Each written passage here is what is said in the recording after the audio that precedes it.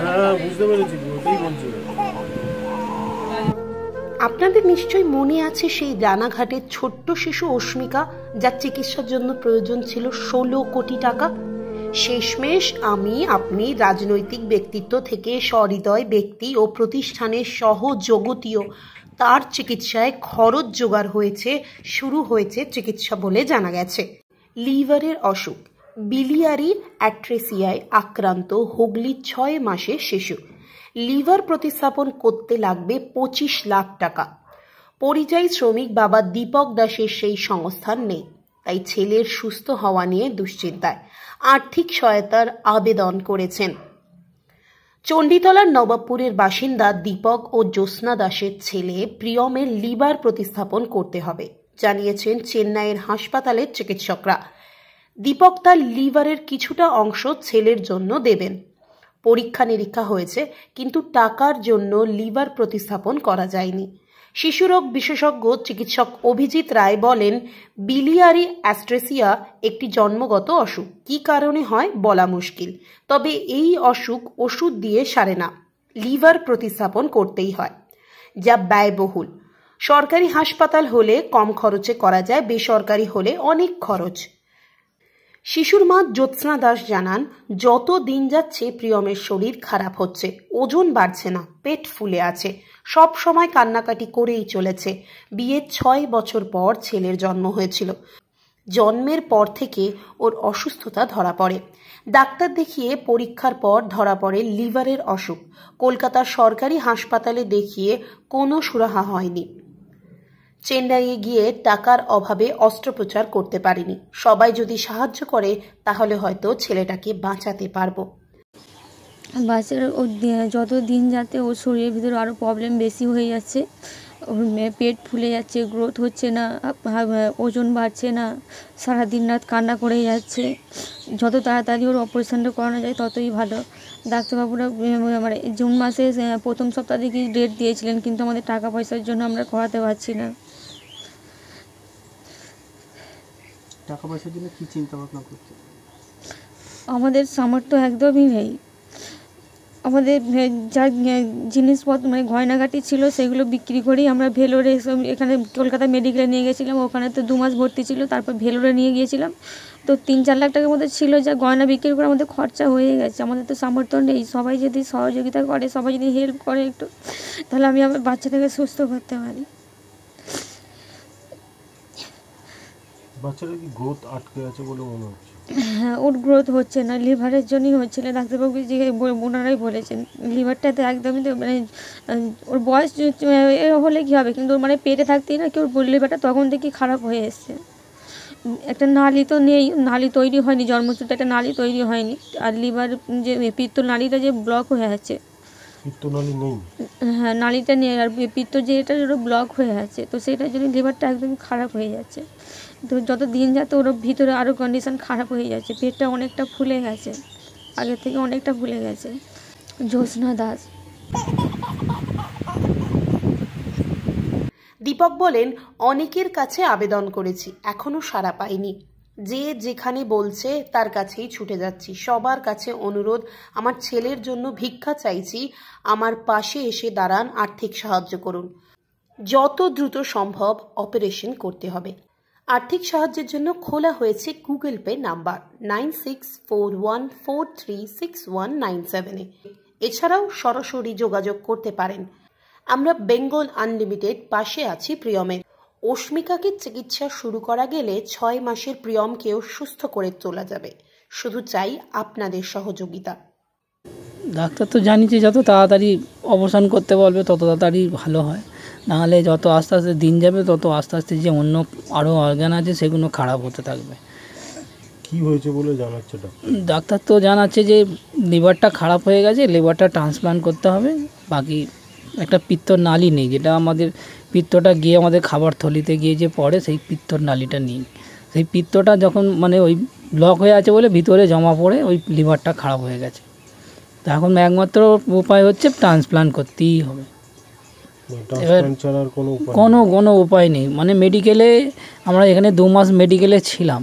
মেডিকেলে সব রিপোর্ট করার পরে যখন এই রিপোর্ট ধরা পড়লো, বায়োপসি রিপোর্ট করেছিলেন, ওনারা দেখেছিলেন যে লিভারটা খারাপ হয়েছে, তার সত্ত্বেও বাইপাস সার্জারি করেছিল।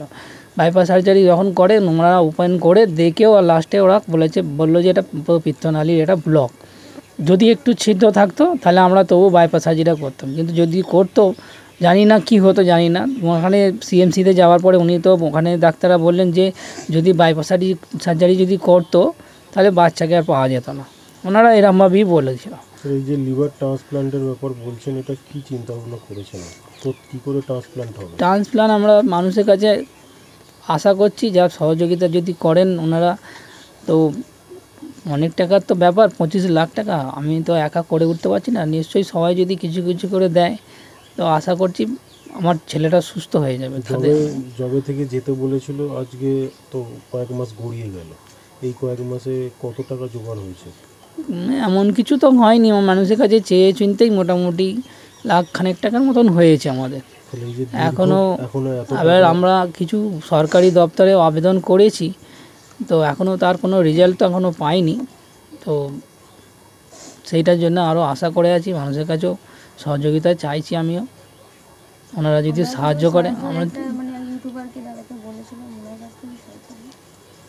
লিভার যে ট্রান্সপ্লান্ট বলছেন, সেই লিভার কার লিভার দেবে কেউ, সেইরকম কিছু কথা হয়েছে?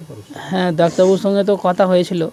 ডাক্তারবাবু বলেছেন যে মা নালে বাবা, তো মা তো মানে এইসবে সিজার করে বাচ্চা হয়েছে। তো আমি চিন্তা করলাম ওরা যেহেতু অপারেশন হয়েছে, তো আমি ভাবলাম তাহলে আমার থেকেই লিভার তাহলে দেওয়া যাবে। তো আমার কিছু রিপোর্ট করেছে, এবার পয়সার কারণে আর রিপোর্ট করতে পারিনি। আমার মোটামুটি 2টো রিপোর্ট করা হয়েছে, 2টো না 3টে রিপোর্ট করা হয়ে গেছে। এখন কীভাবে টাকা পয়সা জোগাড় হবে, কি আছে?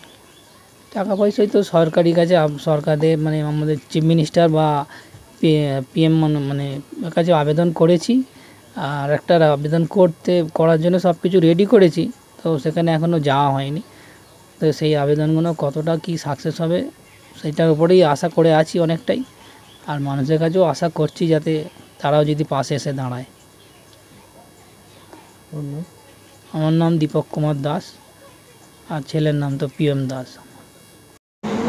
বলছি, এই যে রোগটা দেখলেন, এটা কি ধরনের রোগ, কি হতে পারে আপনি অনুমান মানে বিলিয়ারি অ্যাট্রেসিয়া মেনলি জন্মগত রোগই আর কি, জন্মগত একটা ত্রুটি।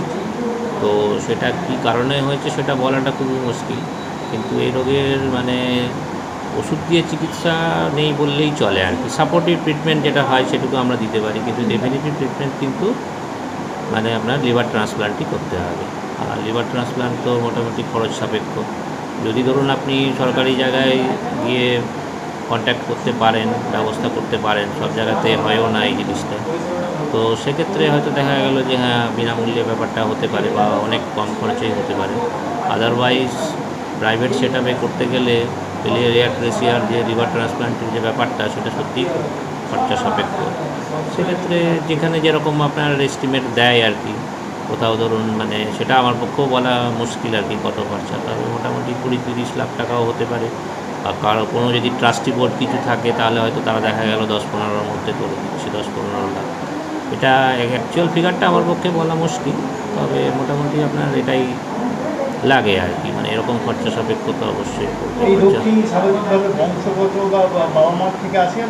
না, বাবা মায়ের থেকে আসে এরকমভাবে বলা যায় না যে বাবার থেকে হয়েছে বা মায়ের থেকে হয়েছে, এরকম বলা যায় না। এটা একটা কনজেনিটাল প্রবলেম আর কি। হ্যাঁ, তো সেটা আর কি, এরকম বাবার থেকে হয়েছে মায়ের থেকে হয়েছে সেরকম স্পেসিফাই করে এরকমভাবে হয় না ব্যাপারটা আর কি। হ্যাঁ, কনজেনিটাল প্রবলেম একটা, লিভারের একটা জন্মগত ত্রুটি এটা। তো লিভার ট্রান্সপ্লান্ট ছাড়া আর ওষুধ দিয়ে এই রোগের চিকিৎসা মানে সাপোর্টিভ ট্রিটমেন্ট প্রথম দিকে হয়তো কিছুটা করা যেতে পারে, হ্যাঁ, যেটা কিন্তু ডেফিনিটিভ ট্রিটমেন্ট বা লং টার্মে ট্রিটমেন্ট আপনার ইয়েই করতে হবে, লিভার ট্রান্সপ্লান্টই করতে হয় আর কি।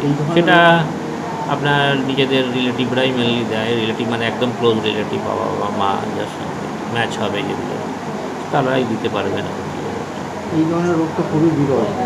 হ্যাঁ, বিরল মানে পাওয়া যায় রোগ, মানে খুব বিরল বলাও চলে না, মোটামুটি রেয়ার তো বটে, কিন্তু পাওয়া যায়, আমরা পাই কিছু কিছু। মেনলি এরা প্রথম দিকে যেটা মায়েরা কমপ্লেন করে যে পায়খানাটা সাদা রঙের হচ্ছে। অন্যান্য বাচ্চা সাধারণত দেখা যায় যে প্রথম দিকে সবুজ হয়, তারপরে হলুদ পায়খানা হয়।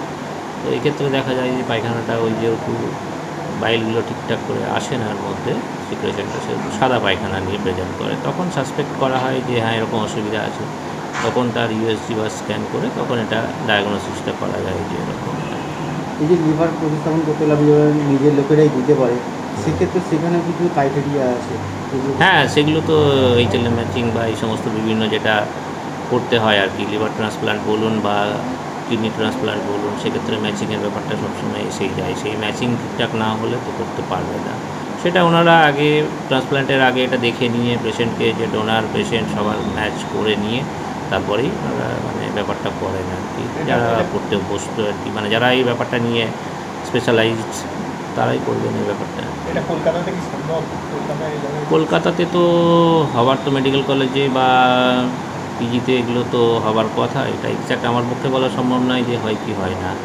হ্যাঁ, তো সরকারি সেটাপেও এটা হতে পারে আর কি, সেটা খোঁজ নিতে হবে আপনাদের, এটা আমি ঠিক বলতে পারবো না যে হয় কি। আপনার নাম? ডক্টর অভিজিৎ রায়। ঋতুপর্ণা কোলের রিপোর্ট, বেঙ্গল আনলিমিটেড। রয়েছে আরও খবর, আর এই খবরের আপডেট পেতে আপনারা সাবস্ক্রাইব করুন এই চ্যানেলটিকে।